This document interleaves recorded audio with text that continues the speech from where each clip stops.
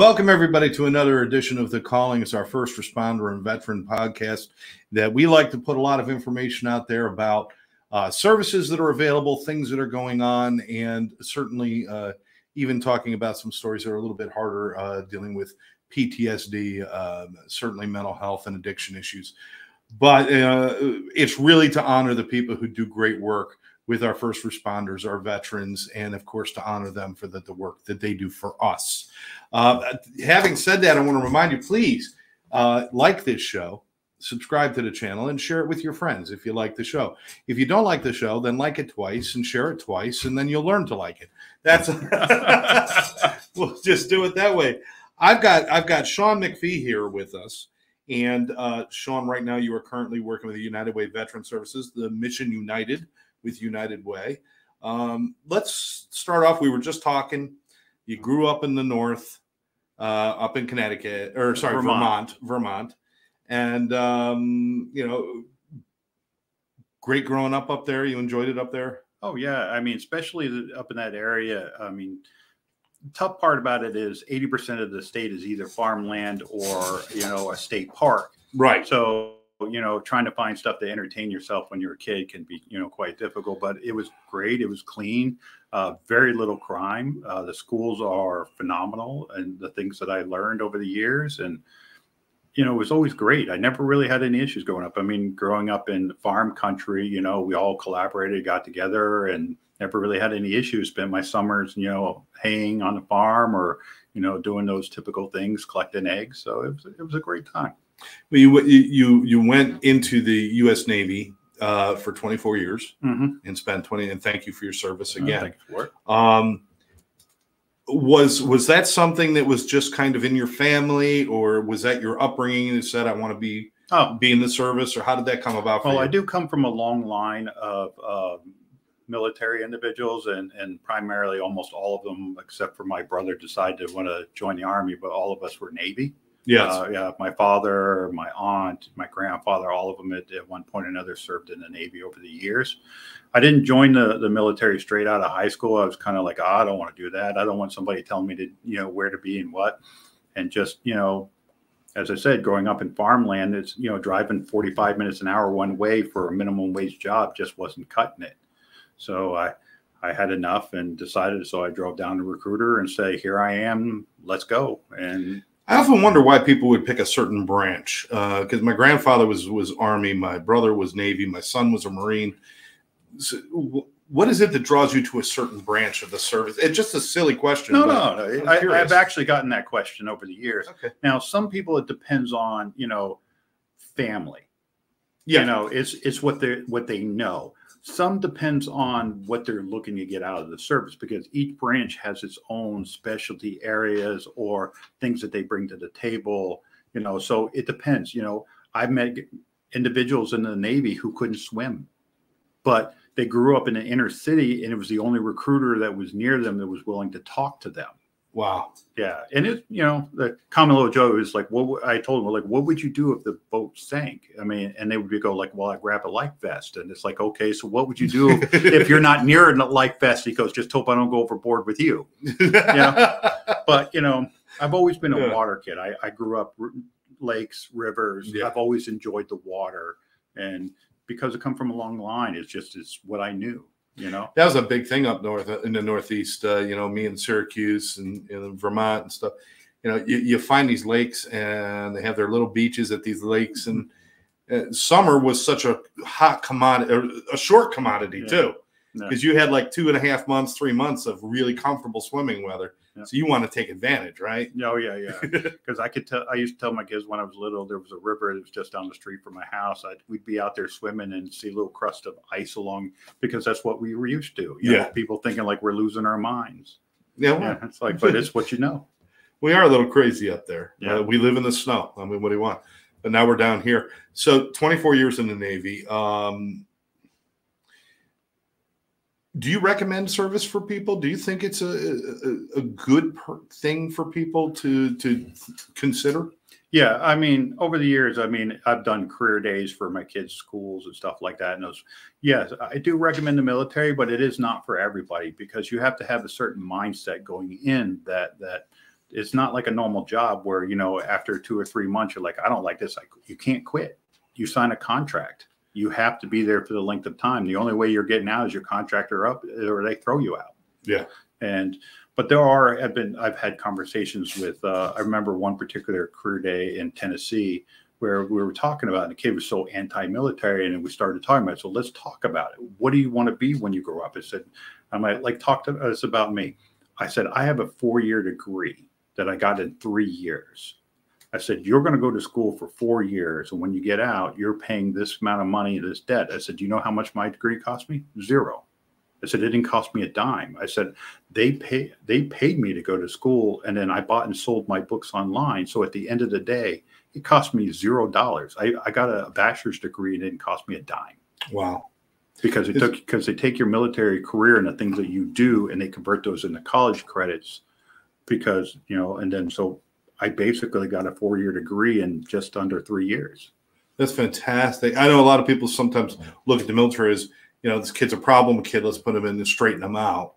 That's probably not the best way to go in with that attitude that it's going to straighten me out and make me a better person. And you got to have some of your own drive, don't you? Yeah, because I've run into those individuals that were kind of forced in by their parents or the legal system forced them to join the military. And they just weren't complying. They were just struggling through the whole thing. They were just, you know, they wanted to get out from day one. Yeah. But when you go in, you have to have a certain mindset, depending on which branch you want to join and what you want to do. Like one of the things, even though the Marines technically are not a separate branch, they are part of the Navy.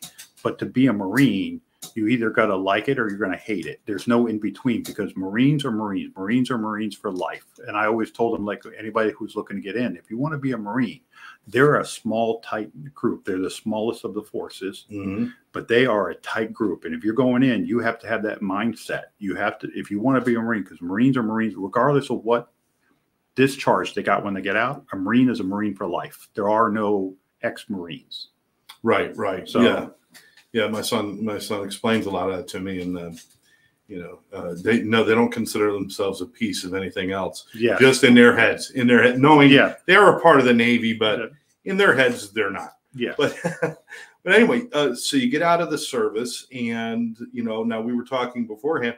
I understand that you almost immediately walked right into veteran services and helping veterans. Was that something that was in your head at all, or was that just almost? No, actually, by happenstance. It just happened to be in the right place at the right time. When I got out, I mean, being an enlisted ships navigator or quartermaster, for those that know, in the Army, that's a logistics branch, but in the Navy, it's a navigator position.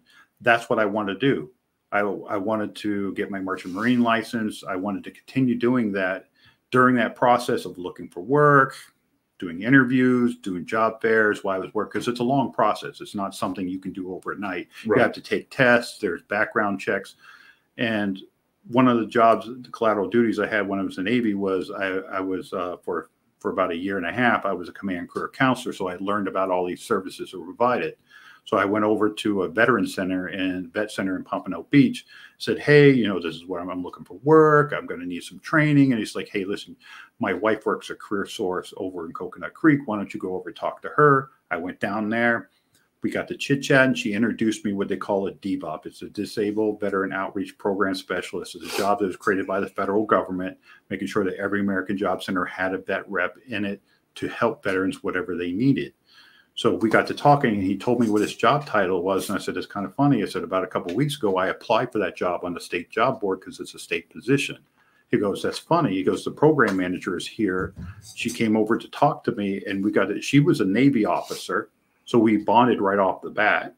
My DBOP, my career counselor, he was an electrician and ET in the Navy. So we bonded right off the bat. And she's like, I think you would be great for this position. But for whatever reason, I never saw your resume. So we got to talking, and about a month later, they hired me.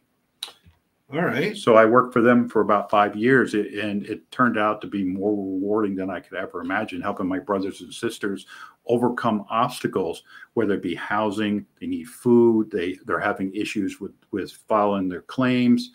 Let me play devil's advocate here for just a minute, because you hear a lot of stories about veterans coming back and they're like, there's nobody's helping me.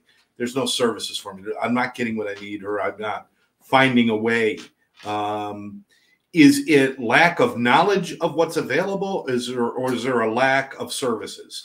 I'm trying to really figure this out. Oh yeah. That's a common. It's a lack of knowledge. Before 1990, there was no transition services whatsoever. At the end of your contract, have a nice day, figure it out. It wasn't until 1990 that a transition service was even put into play. 4 years later, after the study, they found that only 70% of people there's approximately about 150 military people leaving every year. If you think about that, before 1990, all those years, they were never told anything.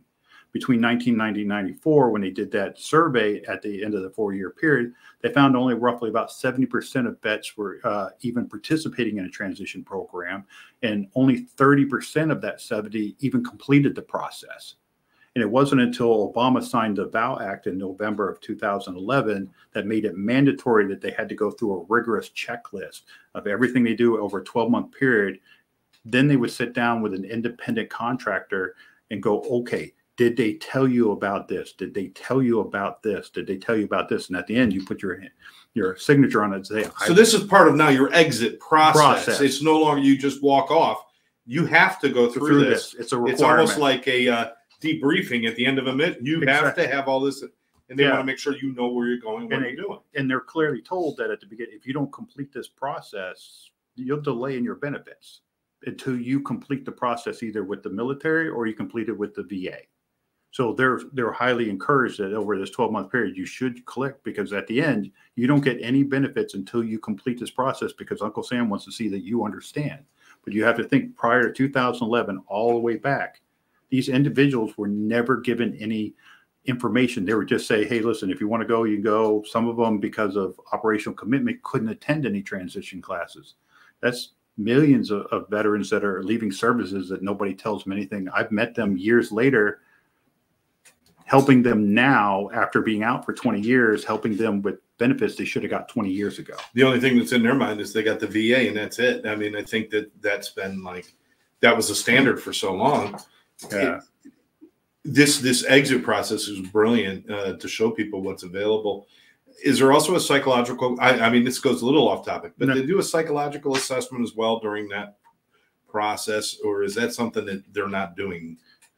Depends on your command career counselor. Now, I happen to be a very thorough person. When I went through it, I made sure that every member that I was working, whether they were an officer or an enlisted, guiding them through that process, they should at least get a psychological evaluation before they leave, because it's good for them. Plus, it's a disability benefit that could help them down the road, so they can receive that medical treatment without fear of insurance or copays. But unfortunately, it's not always that way, because if you got a terrible career counselor, they just say, hey, here's the checklist, complete it, come back and see me in 6 months. Yeah, that's no good, because we should be past that by now. We should. And that's maybe one of the things that, make that a mandatory, that you don't leave without completing it, because people are put at risk, But let's get back to the services now. So now you're ensconced in this thing and helping people find services and benefit, all these other things.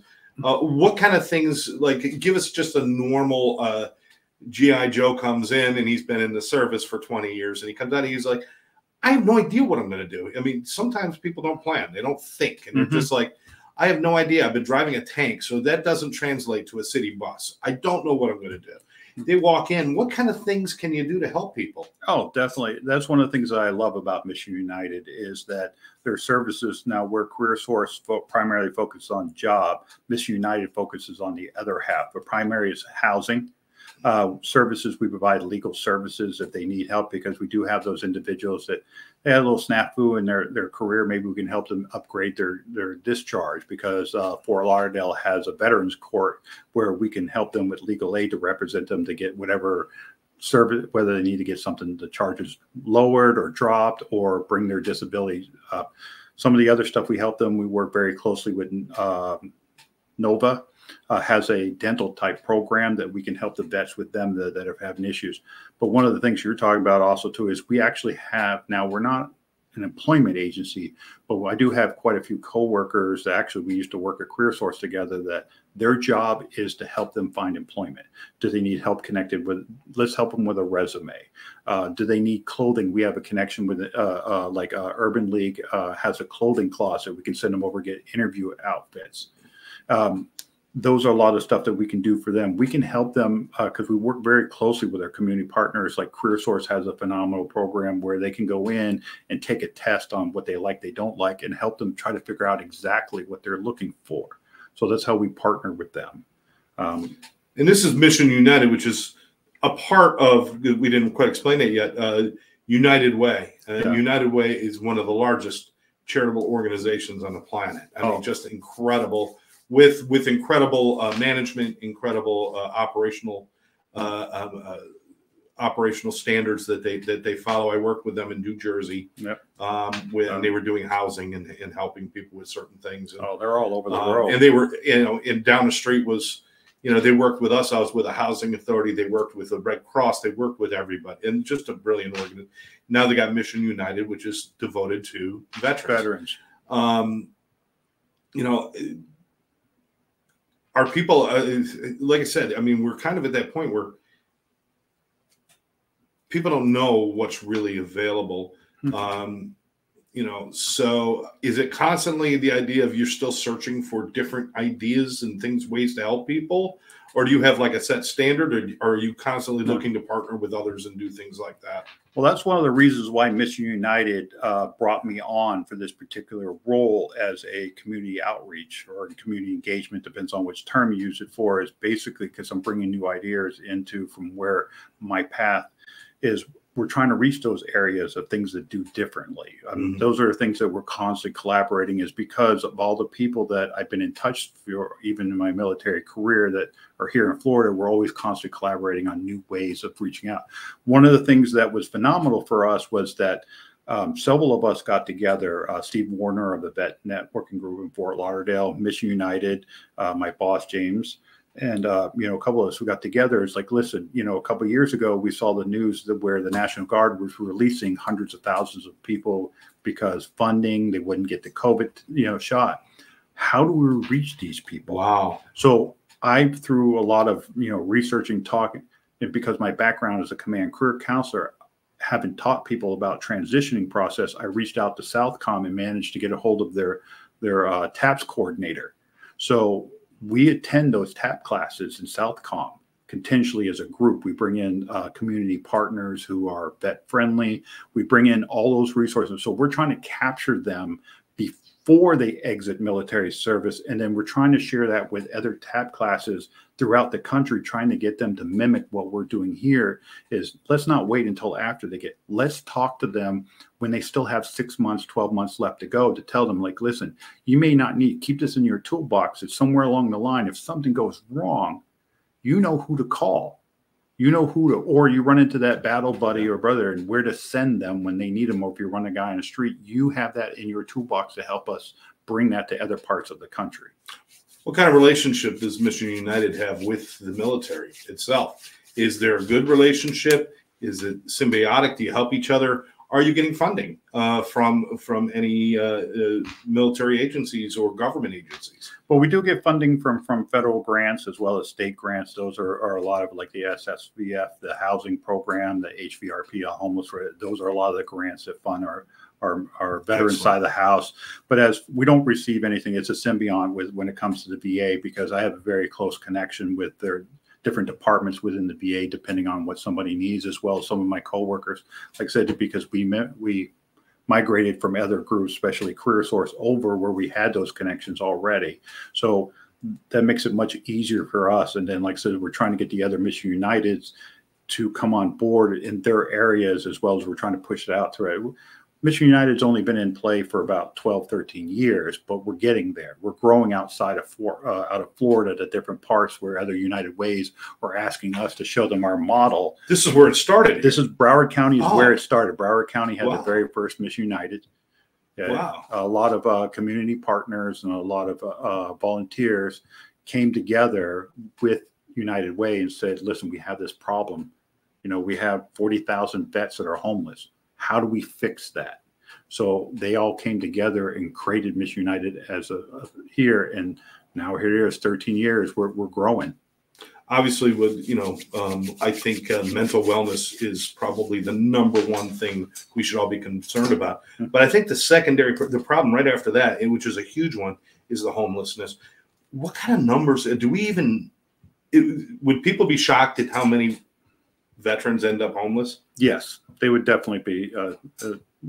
It's not something you like to talk about because everybody feels bad when you talk about it, but nobody's doing anything about it until now we're doing something.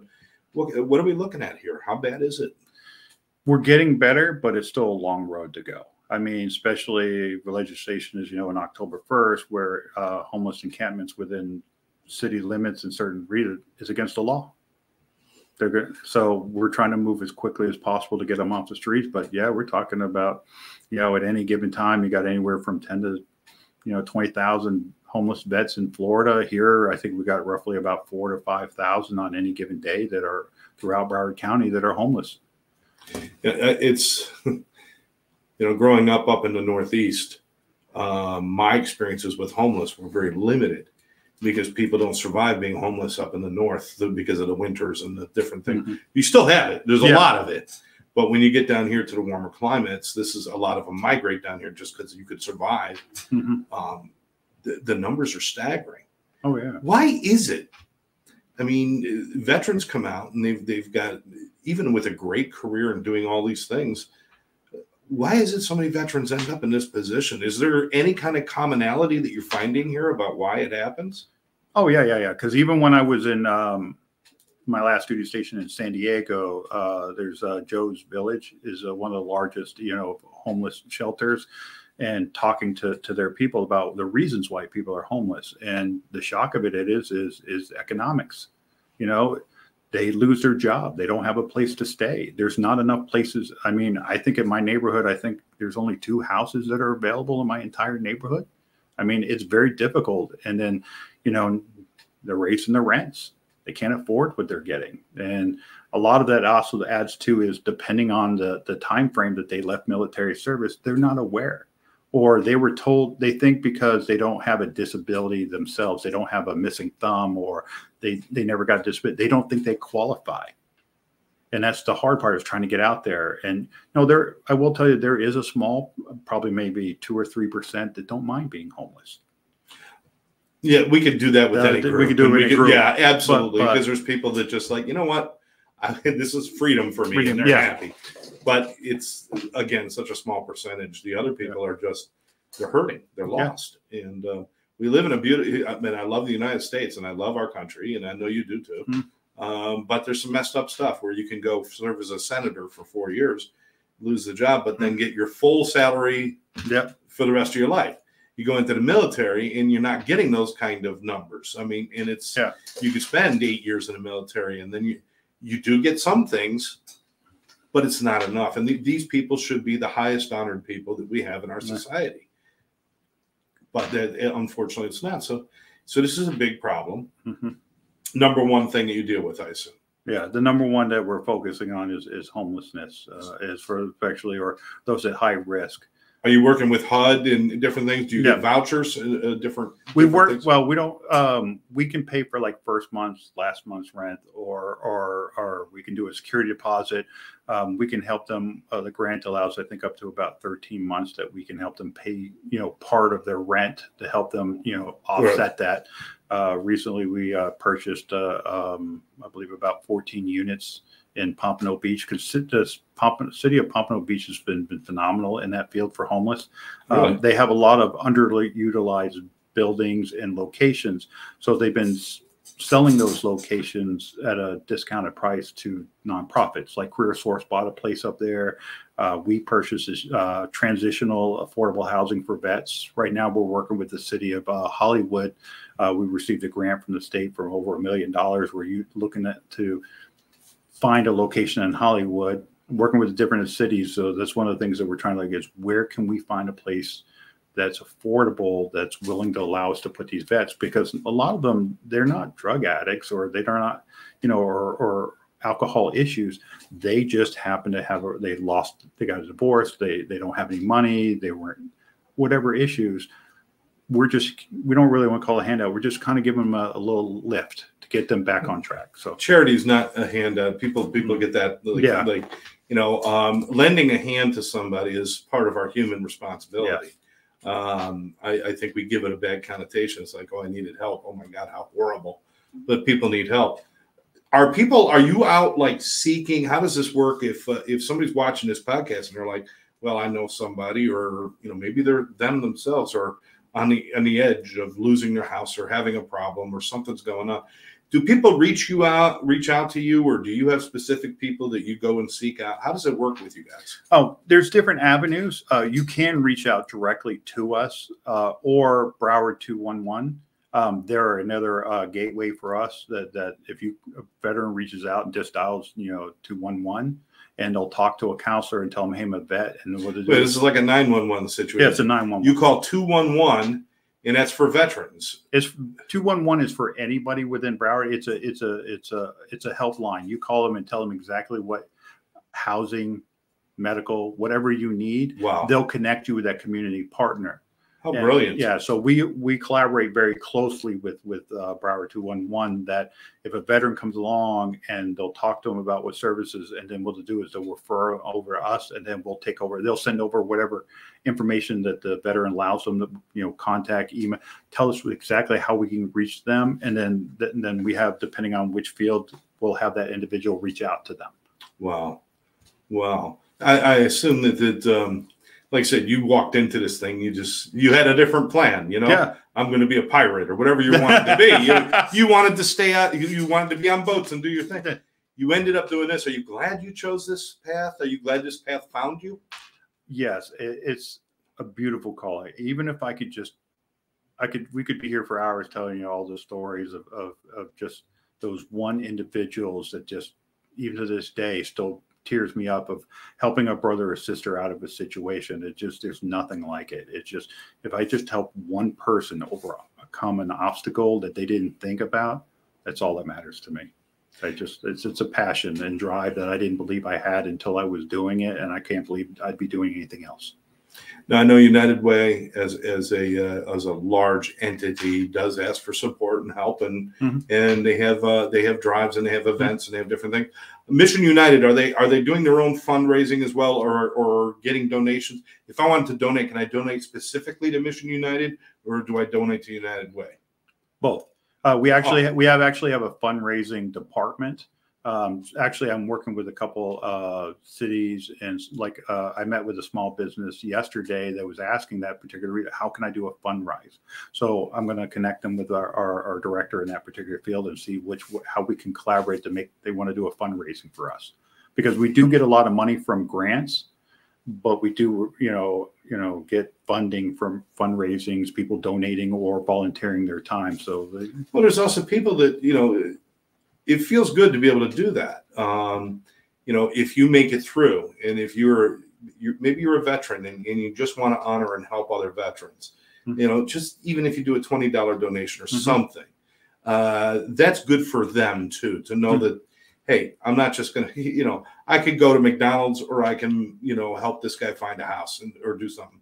So it's really important that people can do that. Is there like a website you can go to? Yeah, you can go to United Way of Broward or Mission United of Broward. Either way, the two websites are connected. Okay. Because one of the biggest drives around, even though we started summer, we're already projecting for the school year. So right now our current fund drive is a backpack for veteran children for school. So if somebody wanted to donate, or if they want to donate the school supplies, either one works for us. So because we'll be giving the school children, as they get closer to the school year, giving them the school supplies they need.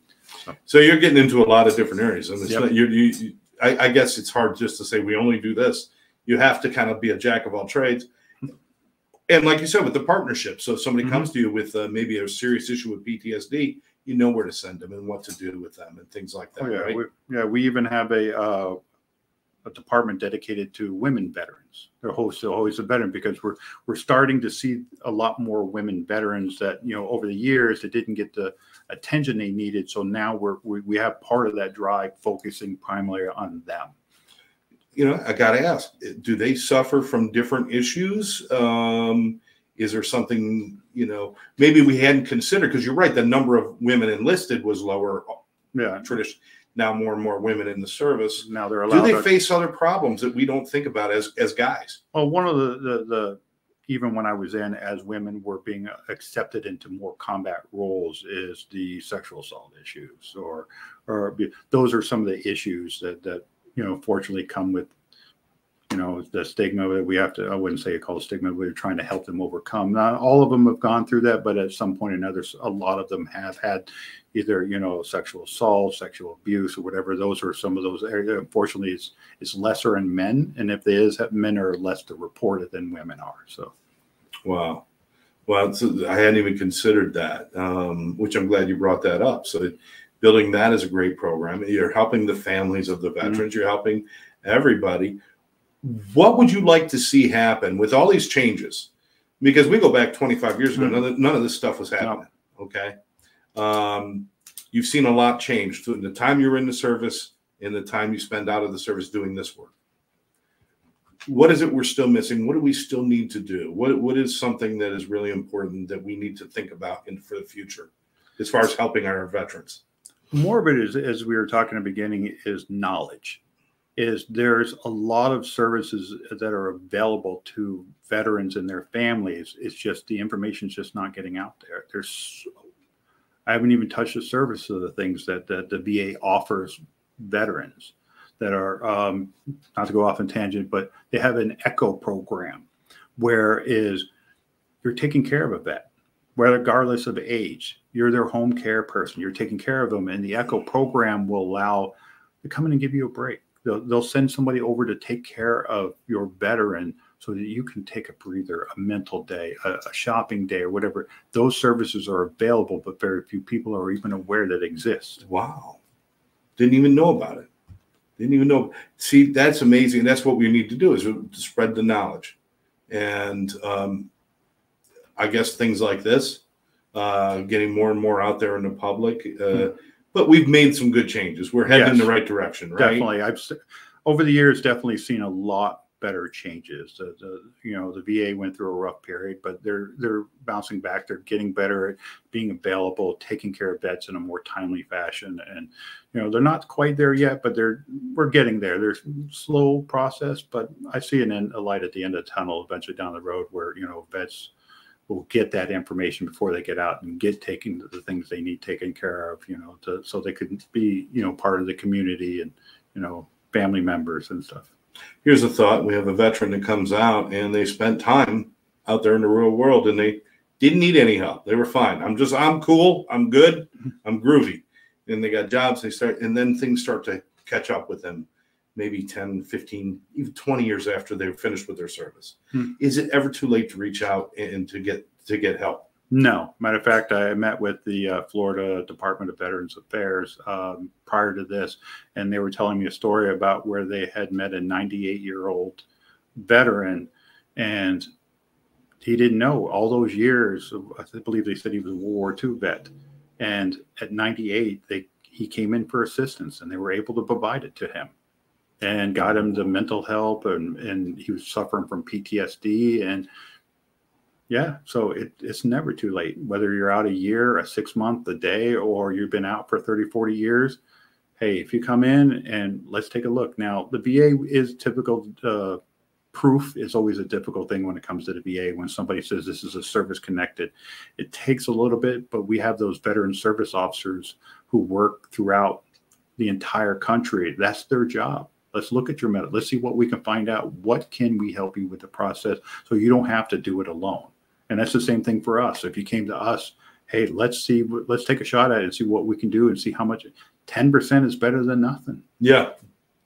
Yeah. Any positive movement can start a trend for somebody's life. Yeah. And, you can't take them all the way there, but if you can get them started, that's a huge accomplishment. Mm-hmm. And like I said, I'm sure you've had times when things didn't work out. Yep. Just like, me working with people with mental health and addictions, there's times when it's like, I did everything I could to help and it just didn't work. And that kills me in the inside. But it keeps me going every time I see somebody go through a miraculous change. Do you get to see that a lot? Yes. I've had that opportunity, which is, like I said, is why, the drive that I do. You know, if you don't mind, one of the things that gets me even to this day, still try not to tear up, is that we had a female veteran who was referred to us from Mission United, single mom of 2, fleeing a domestic issue. Mission United was taking care of the housing because it was during COVID. She came to me and she was determined that I'm not living underneath. Matter of fact, the car she was driving, she was borrowed from a close friend. And she was determined that she was not going to live underneath a bridge with her kids. And I sat her down. I helped her create the perfect resume that fit what she was looking for. We collaborated. And then she wanted to work in a medical office. And I found a medical partner that I had been working with, an employer that was looking for somebody to work in their office. And she had that admin military back. Perfect. Mm-hmm. I sent her over. About an hour later, she calls me all in tears going, I'm like, what happened? And she goes, the most miraculous thing that you can ever imagine. While she was sitting in an interview, this gentleman kept coming in and out of the interview room. And finally he came in like, listen, I'm going to put this interview at a stop. She was like, what did I do wrong? He goes, listen, I don't want you as an admin person. I need an office manager. I need you to be in charge. And can you start right now? And he was dead serious. He goes, can you start right now? We will fill out the paperwork before you go home today, but I need you to take charge because the office is falling apart and you have the skill set and the background that I'm looking for. Can you start right now? So not only did she walk into this place, she got a job that she wasn't expecting at a higher rate of pay than she was expecting. And within about 6 months, following up with her, because I stay in track with her after, loving her job, her company loves her. They got Mission United with the conjunction was able to help her find a place to stay, and enough to the fact that we found a dealership that was willing to give her a pretty good discount on their certified used car. Great. That still touches me to this day. That's what drives me, the fact that this no home, no job, no car, and within about 6 months, working in collaboration with the community partners, she's thriving and she's very happy at what she does. Those are what keeps me coming back. That is insane. And it's not like you had to move mountains. You just had to show the opportunities. Yep. And the fact that she had a place to go when she was in that moment. And think about how many people are in those same moments she was in, and they don't believe they have any place to go. Mm-hmm. That's heartbreaking right there. Yeah. So we got to get the word out. Anything we could do here at Sober Life Studios, One Brother, One Sister, to get the word out. We're there for you. We could do videos. We do more of these if you want. We'll figure something out and really get the word out there. But I got to tell you, Sean, I'm impressed with United Way, with Mission United, and I'm impressed with you and your dedication to this. You have a family, and are they all supportive of this kind of stuff that you do? Oh, certainly. Yeah. I share. We talk. My oldest boy and my youngest daughter are currently still living at home with me for now. And we sit around and talk about the things that I see. Well, due to privacy, I don't give details. Yeah. But we share those things. Those are one of the things, even when the kids were little, we were talking about those small achievements. No matter how small it is, we always celebrate the small achievements. Today, I walked to school without tripping. Those are the things that we sit around and share. It's like everybody can talk about the negative stuff all day long, but we don't. We sit around and share about those small achievements, no matter how small they are. So we share a lot. So what a beautiful thing. Again, I feel I can't thank you enough for your time in the service and your time being of service. And we need more people like you out there doing the good work and spreading the word. And we need more of you to spread the word as well. When you know about this Mission United, you go to Mission United of Broward and on the online. If you know about it, tell somebody else about it. Don't just keep this stuff to yourself. Let people know. If you have any veterans or people just are getting ready to come out of the military and they're not sure what to do, let them know there's always something there for them. Not to ever believe they're alone, because they're not, are they? No. You got brothers and sisters who you served with, and you got people right here who care about you and appreciate what you've done. You should never, no veteran should ever go without feeling somebody's there with them and helping them. So let's spread that word. Sean, I appreciate you, brother. Thank you very much. And thank you for having me. It's been my pleasure. And thank you for joining us right here on the Calling Podcast. Again, Sober Life Studios brought to you by One Brother, One Sister. You can go to onebrother1sister.com if you'd like to help us in our mission to train first responders and veterans in dealing with communication issues, trauma, and addiction and mental health. So just jump on board. But I'm going to tell you, like this show, share it with your friends, and we'll see you next time. Thanks for joining us. Bye-bye now.